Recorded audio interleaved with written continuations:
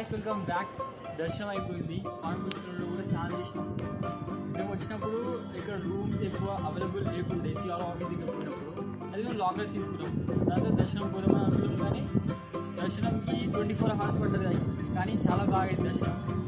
పొద్దున దాని తర్వాత స్వామి పుష్కరంలో కూడా స్నానం చేసినాం. మీకు వ్యూ చూపెడితే చాలా బాగుంటుంది గైస్. వ్యూ కూడా ఎంత బాగుంది.